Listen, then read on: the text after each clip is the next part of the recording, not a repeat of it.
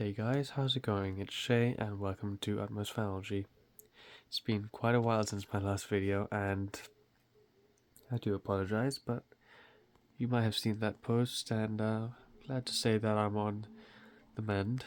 But I thought I'd make this quick video just to kind of show you guys all of my Amcor and Electrostar fans together. I will be going on holiday soon, so I thought I'd just make this one pretty short and simple, which is why I'm not doing it all separately and more fancy style, but yeah, you'll have to bear with me for now. We'll have a quick look with these two fans since you haven't seen them before, and then we'll talk about those two as well. But they already have had videos, so I do suggest you go look at them if you want more info. Sorry about that. Starting off with this one. This is an Amcor P8 from the 70s or 80s, I'm not too sure, but this one's in pretty good shape. I got it from eBay for like £25. It is definitely quite steep for something this small, but it is in, like I said, beautiful shape. A couple of dings on the sticker there, but apart from that, it's basically perfect. One thing I will say is it has a very unique style, just like its bigger brother back there. Different style motor casing, different style blades, different style base, which is definitely Pifco. It's got some Pifco similarities, if you know what I mean. As well as some other things like the switch. I've seen this on so many other fans. I've seen this on Calo fans, Indolas, everything, but it's probably just something generic. I know that these fans, as well as the Starlet on the right there, they both have Italian-made motors and gearboxes. Not sure if the bigger fans also have Italian motors in them as well, but yeah, it's quite strange. You may have noticed that the motor is actually quite tiny in this little, in this really big motor casing, which is quite funny. It also mounts like a vortice with the 4 screws at different points, so that's quite funny. It's got a nice brown cable on it. That's nice. Put a bit, there you go. But apart from that, it's all in good shape. Oscillator, I did have to unfree it. I mean, it was seized, so yeah, but it does run. Give a quick spin up. Runs perfectly fine. I know another fan collector also has one of these, and that is fanatical about fans. His one runs just as good as mine, and vice versa. I believe he said his one is from the 70s, but I see why he does think that, and I can agree in that sense. There's a lot of 70s style to it. Brown and cream beigey type colors are definitely something from the 70s ish, and that's high for you. Airflow is very nice, and it's really quite a strong fan. If I just count my little anemometer here, it's around 1043 feet per minute, which is pretty good. And on low, gets around 866 feet per minute, which again, very nice numbers for something of this size. This is pretty insane.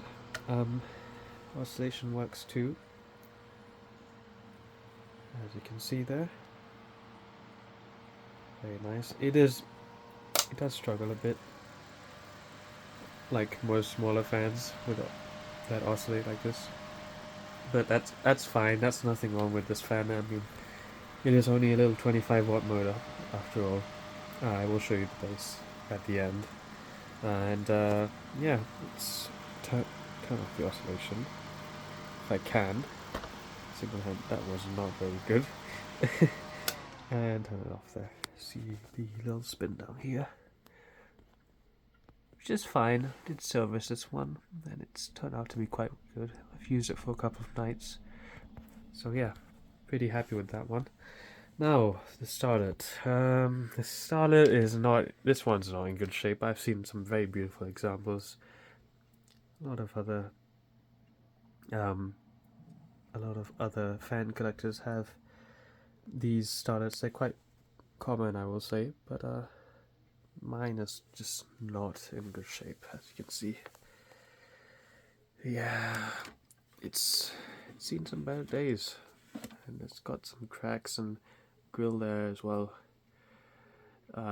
It's got a broken mount on the top, and that's actually why I haven't put the main front grill on properly for now, because it is actually a pain in the butt to remove. There you go, that's a better look at that. See that?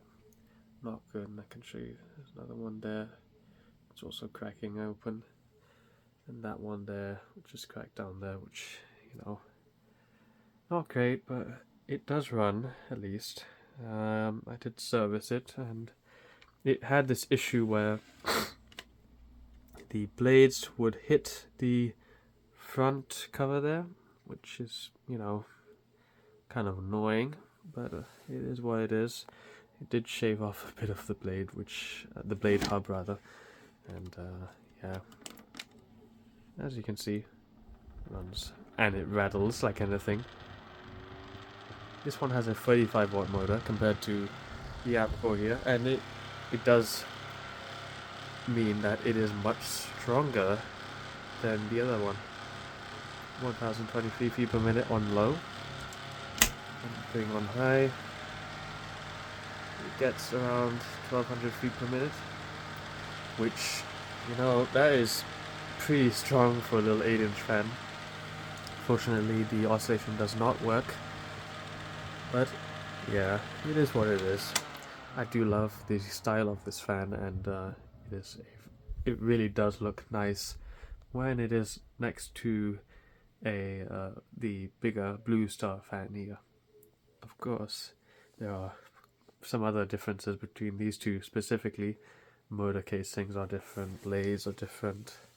They're not translucent on this one, and they're mounted the same way, at least. Same securing screw on it. And of course, if you know the story about this fan, I don't know if these are what the original blades would have looked like color-wise, because these are from a Gallon. No, they're not from a Gallon. Sorry, they're from another Blue Star, which was not. I believe it's in better condition, and it's with connecting the fan collector. But yeah, it's a different design. That's what my point is, and they both have a pretty good pitch, I will say. Motor is metal, and the casing is different, as well as the oscillation knob there. But this one runs too, as you have seen before. Still rattles like anything. I'll turn on this one too, why not?